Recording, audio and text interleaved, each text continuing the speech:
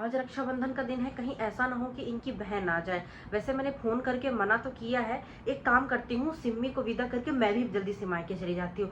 नहीं तो उसका कोई भरोसा नहीं है, कब मुँह उठाए चली आए, नहीं तो फालतू मिठाई और साड़ी का खर्चा हो जाएगा। अरे बुआ जी आप नमस्ते। नमस्ते बेटा। बुआ जी, मम्मी तो बोल रही थी कि आप नहीं आओगे, राखी भिजवाओगे। अरे बेटा मैं तो बस राखी देने आई थी, रुकने का कोई विचार नहीं, मैं अभी चली जाऊंगी। बुआ जी, मैं मम्मी को बताती हूँ, मैं तो बस वापस जाने वाली हूँ, पैकिंग कर रही थी, आपके लिए चाय नाश्ता लेके आती हूँ। ठीक है बेटा। भाभी ने तो बुलाया ही नहीं है, मैं तो अपने भाई के लिए आई हूँ। भाभी मिल जाती तो मैं राखी दे के चली जाती। अरे मम्मी, बाहर बुआ जी आई है, मैं चाय नाश्ता लगा देती हूँ। बुआ जी आ गई, अच्छा। तू तेरी पैकिंग कर ले, तुझे तो जाना है ना। मम्मी, बुआ जी कह रही थी कि वो ज्यादा देर नहीं रुकेंगी, सिर्फ राखी देने आई है, वो चली जाएंगी अभी। ये दीदी भी ना पता नहीं कैसे आ गई। अच्छा मैं बुआ जी को देख लूंगी, तू तो तेरी पैकिंग करना। अरे ये साड़ी भी रख ले उसी में। ठीक है, फिर मैं पैकिंग कर लेती हूँ। ये दीदी भी ना, इनको फोन करके मैं मना की थी कि मैं मायके जाऊंगी, इनको समझ नहीं आया। बोली थी कि राखी भिजवा दीजिएगा, फिर भी चली आई मुंह उठा के। अब तो साड़ी भी देनी पड़ेगी मेरे को। अरे दीदी, मैंने आपको कहा था ना कि मैं मायके जाऊंगी, आप राखी भिजवा दीजिएगा। अब आप अकेले कैसे रहेंगी, दोनों बहुएं भी नहीं है, अब तो सिम्मी भी जा रही है। अच्छा ठीक है, अब आप आ गई हैं तो मैं आपके लिए साड़ी और मिठाई विदाई ला देती हूँ। अच्छा अब क्या करूं, आ गई है तो।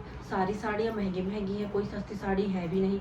एक काम करती हूँ, ये 100 रुपए दे देती हूँ विदाई में। और हाँ, दीदी को अंदर ही बुला लेती हूँ, नहीं तो इनकी लाडली भतीजी को पता चला तो 100 रुपए मुझे कभी नहीं देने देगी, साड़ी दिलवाएगी। दीदी अंदर ही आ जाइए। हाँ भाभी, भाभी मेरा रुकने को कोई विचार नहीं है, मैं बस राखी देने आई हूँ।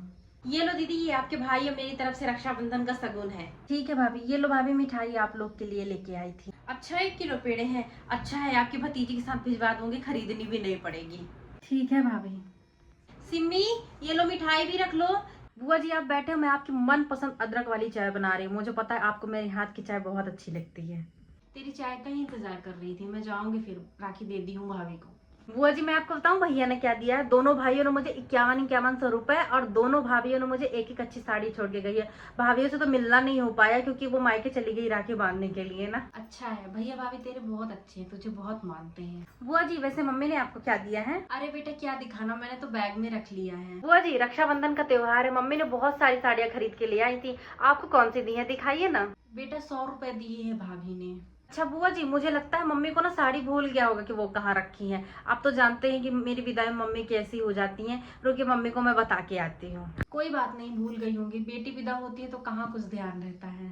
मैं देख के आती हूँ बुआ जी। मम्मी तेरे लिए 1 किलो मिठाई भिजवा दे रही हूँ, तेरी बुआ जी लाई थी।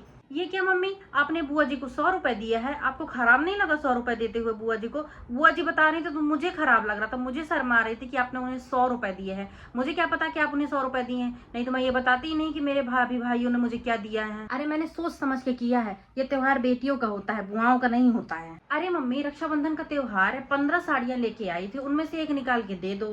अरे मैंने तेरी बुआ जी को बुलाया भी नहीं था, मैंने बोला था कि राखी भिजवा देना, चली आई मुंह उठाए। नहीं दूंगी मैं साड़ी, मैंने जानबूझकर 100 रुपए दिया है। मैं भी आ गई ऐसे मुंह उठाकर, कल को मेरी भाभी भी बोलेंगी कि आ गई मुंह उठाकर बिना बताए। तेरा ये घर है, तेरी भाभी भैया क्यों बोलेंगे ऐसा। फिर तो ये बुआ जी का भी घर है। हाँ तो मैंने भी नए नए में खूब बुलाया है, खूब साड़ियाँ दी हैं, खूब किया है, खूब खिलाया पिलाया है।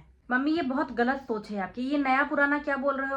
क्या पुराने हो गए, एज ज्यादा हो गई तो भाई बहन का रिश्ता बदल जाएगा। मम्मी मैं भी यहाँ से कुछ नहीं लेके जाने वाली हूँ, जो भैया ने पैसा दिया है, जो भाभी ने साड़ी दी है, मैं यहाँ से कुछ नहीं ले जाने वाली हूँ। ऐसे ही खाली हाथ जाऊंगी अपने ससुराल। तू ये क्या बोल रही है, तेरे ससुराल वाले क्या सोचेंगे कि मायके से कुछ नहीं मिला, रक्षाबंधन में भैया भाभी ने कुछ भी नहीं दिया, ऐसे बेटी खाली हाथ भेज दिया।